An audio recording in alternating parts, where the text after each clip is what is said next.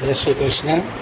આ ભાવેશભાઈ એવું લાગે છે કે પોતાની જ વાતમાં પોતે તરત જ ફસાઈ જાય છે.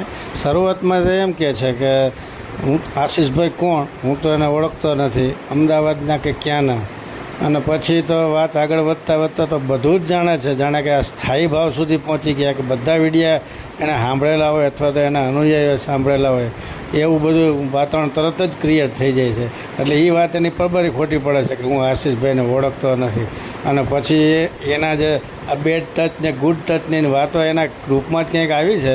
એટલે મને એવું લાગે છે કે આ છે ને ઓલા પુરુષોત્તમ બાવા કેમ બોર ખાઈ જવાવાળા લાગે છે કે જે વાતથી પોતાને તરત જ અસર થઈ.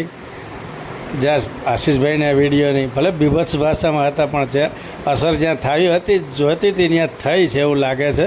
કારણ કે એ લોકોને બોર ખાઈ ગયા છે અને ઠળિયો કાઢી નાખ્યો છે એવો વર્તન કરે છે. અને બહિર્મુખતાની વાત કરે છે કે આશીષભાઈ બહિર્મુખ કરે છે.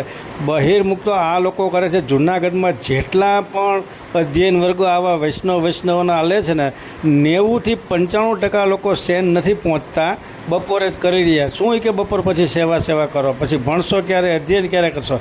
જે વાતના પુરુષોત્તમ બાબા ખૂબ જ વિરોધી છે. કાયમી કહે છે કે આવું ક્યારેય અમે નથી કહેતા કે તમે બપોર પછી સેવા છોડીને અધ્યયન કરો. સેવાનો જ આગ્રહ રાખે છે બાળકો. અને આવા અધ્યયન વર્ગવાળા છે ને મોટા ભાગના વૈષ્ણવો, હું તો 90-95% ઓળખું છું કે કોઈ પણને પૂછે કે બસ અમે તો બપોરે પોટાડી દઈએ, બપોર પછી બધા બીએ થઈ જાય, ભટકતી આત્મા વहाँ જાય ને કીર્તન શીખવા જાય ને ક્લાસ કરવા જાય ને સેવા છોડીને બધા જાય છે. એટલે સેવાથી બહિર્મુખ તો આવા લોકો કરી રહ્યા વૈષ્ણવોને કે તમે શું બપોર પછી સેવા કરવાની, બપોર પછી આ બધું ભણવાનું, આ ક્યારેક શીખશો.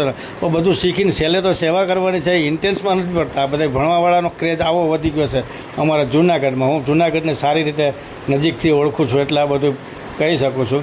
એટલે આ ભાઈ છે ને વ્યક્તિ ખોટી છે, 110%ની વાત છે.